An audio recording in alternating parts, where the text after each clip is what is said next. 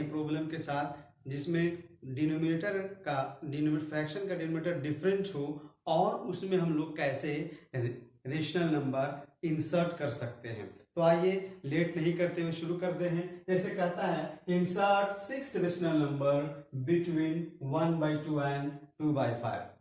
ऐसा प्रॉब्लम जो दो फ्रैक्शन हो और दो फ्रैक्शन के बीच में बहुत सारे आपको फ्रैक्शन ऐड करना हो, उसके बीच में लिखना हो, तो हम लोग क्या करते हैं, इसको देखते हैं हम लोग। तो सबसे पहला काम मेरा होगा कि फ्रैक्शन लिखिए 1/2 एंड 2/5 जो फ्रैक्शन गिवन है, और उसके बाद इन दोनों डिनोमिनेटर का एलसीएम लेंगे। तो क्या लेंगे, LCM of 2 and 5 equal to 10।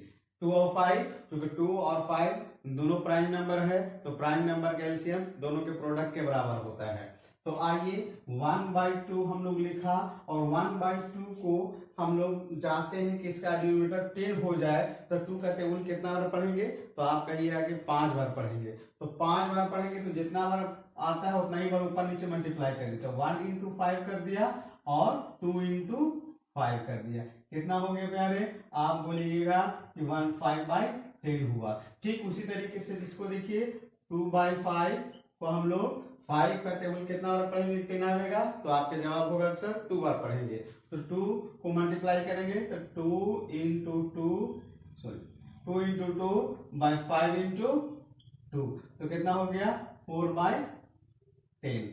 अब आपका ये देखिए, अब आप इसमें छोटा ये है और बड़ा ये है, यानी यहां से इधर जाना है। तो सबसे पहली बात ये होगा कि हमको लाना कितना है 6, तो यहाँ क्या है 4, 5 और 4 के बीच में 1 है। तो हम काम करते क्या है कि ऊपर नीचे अब अपनी मर्जी से टेंस के मल्टीप्लाई करते हैं, ताकि हमारा मल्टीप्लाई आसान हो। तो आप क्या करेंगे, हम लोग 5/10, तो इसमें हम लोग करेंगे क्या कि 10 से अपने मन से मल्टीप्लाई करेंगे। आप 10, 20, 100, 1000 ये आप मल्टीप्लाई कर सकते हैं बिटवीन द रेशनल नंबर लाने के लिए। ये आसान प्रोसेस यही है। तो हम लोग क्या करेंगे 4/10, तो आपने से 10 मल्टीप्लाई कर रहे हैं, तो यहाँ भी 10 मल्टीप्लाई करेंगे और 5 में भी मल्टीप्लाई करेंगे 10 से।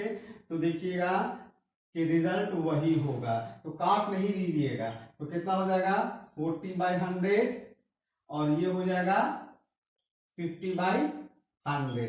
अब इसके 40 और 50 के बीच में आप कोई भी 10 नंबर ऊपर 6, 5 जो जितना लिखना लिख दीजिए। तो 40 से 50 के बीच में हम क्या लिख सकते हैं, 41/100, 42/100, 43/100, 44/100, 45/100, 46/100 हुआ कि नहीं। देखिए 1, 2, 3, 4, 5, 6 किसके बीच में हो गया, इन दोनों के बीच में। तो इस तरीके से हम लोग रेशनल नंबर किसी भी दो नंबर के बीच में इंसर्ट कर सकते हैं। तो रिक्वायर्ड नंबर यही हुआ, किसके किसके बीच में हम लोग को लिखना था, तो 1/2 आर रेशनल नंबर। तो इस तरीके से हम लोग आसानी से लिख सकते हैं, और इसको इस तरीके से आप ये दिए ताकि पता चले कि आंसर यही है। उम्मीद है कि आपको समझ में आया होगा कि रेशनल नंबर हम लोग के बीच में रेशनल नंबर लिखना सीख लिया। अब रेशनल नंबर को हम लोग डेसिमल में कन्वर्ट करना सीखेंगे। तो आप शुरू से 6, 7, 8, 5 में जाने होंगे कि किसी रेशनल नंबर को कन्वर्ट करते हैं तो उसको डिवाइड देते हैं। तो डिवाइड देते हैं तो क्या होता है, पहले ये देखिए इसको कैसे डेसिमल में लाइएगा कि सर 5 को 3 से डिवाइड देंगे। तो सर 5 क्योंकि बड़ा है ये छोटा है तो एक बार भी नहीं लगेगा, इसलिए 0 बैठा देंगे, और उसके बाद पॉइंट बैठाएंगे। पॉइंट बैठाने के बाद एक 0 बैठाते हैं सर, और ये 6 बार में कट जाएगा। यहां रिमाइंडर क्या बचा, 0। ठीक है, तो ऐसा रेशनल नंबर जिसको डिवाइड देने पर रिमाइंडर 0 हो जाए उसको बोलते हैं हम लोग टर्मिनेटिंग। क्या बोलते हैं उसको, टर्मिनेटिंग। टर्मिनेटिंग।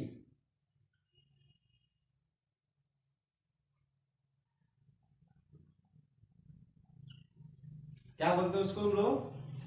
टर्मिनेटिंग।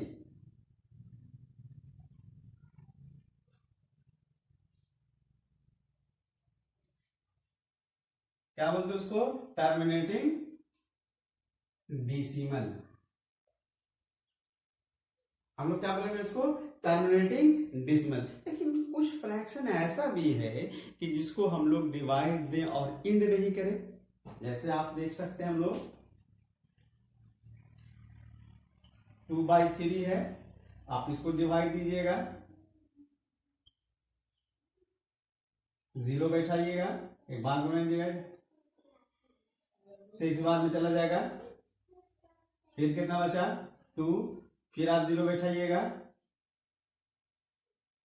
फिर कितना बचा? 2, फिर 6 दीजिएगा। तो ऐसा भी फ्रैक्शन होता है जिसमें आप बार बार डिवाइड देते जा रहे हैं और वो 0 रिमाइंडर नहीं आ रहा है, तो उसको बोलेंगे नॉन टर्मिनेटिंग डेसिमल। क्या बोलेंगे इसको? ऐसा फ्रैक्शन जिसका रिमाइंडर 0 नहीं हो, उसको क्या बोलेंगे? Non terminating decimal. और ऐसा फ्रैक्शन जिसको डिवाइड देने पर डेसिमल रिमाइंडर 0 हो जाए, तो यहां क्या होगा? रिमाइंडर इक्वल टू 0 और यहां remainder does not equal to 0। तो ऐसे कंडीशन में क्या बोलेंगे हम लोग? Terminating decimal. और ऐसे कंडीशन में क्या बोलेंगे? Non terminating. नॉन टर्मिनेटिंग में तो है, लेकिन कुछ डेसिमल ऐसा है कि जो बार बार रिपीट करता है, तो नॉन टर्मिनेटिंग रिपीटिंग हो गया, रिकैरिंग हो गया। उसको थोड़ा सा हम लोग ऐसा नॉन टर्मिनेटिंग जिसका हर डिजिट डिफरेंट आएगा, और एक ऐसा नॉन टर्मिनेटिंग जिसका रिपीट कर रहा है कोई बार बार, तो हम लोग बोलते हैं नॉन टर्मिनेटिंग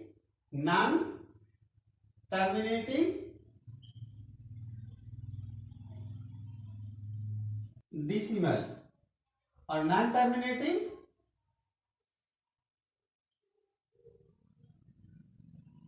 नॉन रिपीटिंग।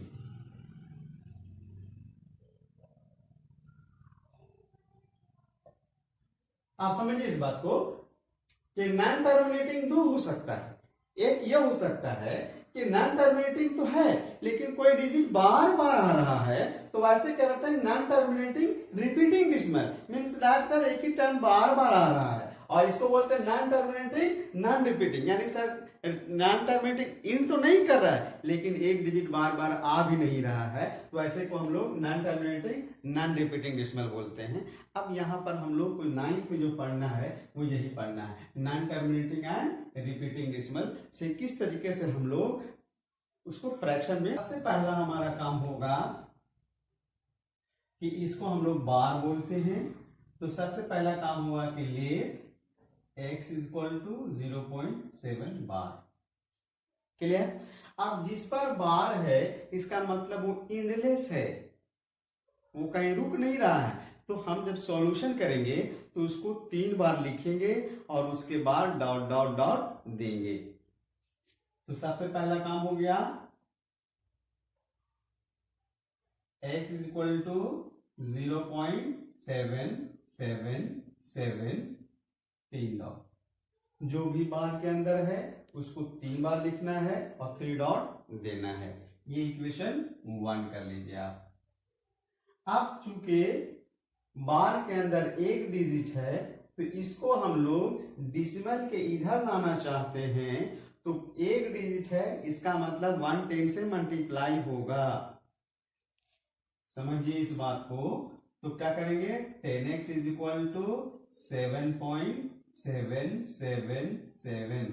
अब आपके जहन में ये बात आएगा कि एक 7 निकल गया तो फिर 3 को कैसे बचा, तो आप समझ लीजिए कि इनफिनाइट है, निकालते जाइएगा और यहाँ पर आपको 3 ही आपको लिखना है, कम नहीं लिखना है। समझ आए बात? क्योंकि बहुत सा है ना, अब आपने पेंसिल देखा है, ऐसे डालें फिर इसको निकाल दी, फिर डालें तो फिर आगे बाहर, तो इसी तरह कंसेक्यूटिव है। आप निकालते जैसे आप समुद्र है, समुद्र से पानी निकाला है 1 लोटा, तो क्या समुद्र का पानी घट गया? नहीं, चूंकि इनफिनाइट बहुत है। उसी तरीके से ये है, बहुत है, निकालिएगा फिर 3 तो बाहर रहेगा, तो जितने बार निकाल दीजिएगा उतने बाहर। लेकिन बाहर में 3 हम लोग लिखते हैं, इंडिकेट करते हैं, है तो सब लिखा हुआ, आप अनंत लिख सकते हैं लेकिन हम लोग 3 ही देखते हैं और दिखाते हैं। ठीक है, तो अब इक्वेशन 2 में से 1 हटा देंगे, तो सब्ट्रैक्टिंग इक्वेशन 1 फ्रॉम 2, तो 2 क्या है 10x माइनस x, इधर वाला पहले घटेगा, फिर इधर लिखिए 7.777 माइनस 0.777, तो आप देखिए इससे घटेगा तो क्या बचेगा 0, और यहाँ क्या बचेगा 7 में से 0 गए तो 7, यहाँ देखिए तो क्या बचेगा 10 में से 1 गया क्या हो जाएगा 9x, तो x इज इक्वल टू क्या हुआ 7/9।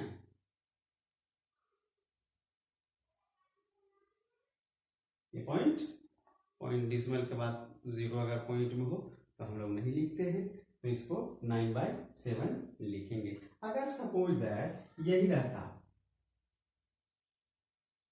0.23 इक्वल टू 0.23, जो नंबर है पूरे में उसी को लिखना है कम से कम 3 बार और 3 डॉट देना है। अब इसके अंदर 2 डिजिट है, इसलिए अब हमको 100 से मल्टीप्लाई करना होगा, तो 100 से मल्टीप्लाई करेंगे तो 23 वहां निकल जाएगा, 0.2323 3 बार लिखेंगे, 3 डॉट। अब फिर इक्वेशन 1 मान लेंगे, इक्वेशन 2 मान लेंगे, सब्ट्रैक्ट कर देंगे 1 फ्रॉम 2, तो घटाएंगे तो देखिएगा 100x minus x equal to 23.2323 minus 0.232323, ये तो घटाएगा तो 0 हो जाएगा,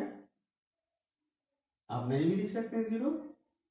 और इधर क्या हो गया 100 में से 1 घटा तो कितना हो गया 99x, तो x इक्वल टू कितना हुआ 23/99। अगर कैंसिल होता है तो कैंसिल कीजिएगा, और नहीं तो एग्जैक्ट यही हो गया फ्रैक्शन में, यानी इस नंबर के बराबर हम लोग इतना लिख सकते हैं। इसी का ये नंबर डिसिमल में रिप्रेजेंटेशन है। हम लोग इसी को बोलते हैं रिकैरिंग।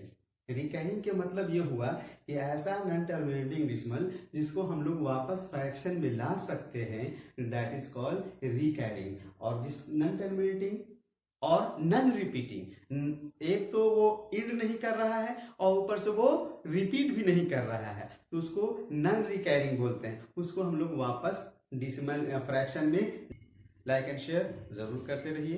Thank you.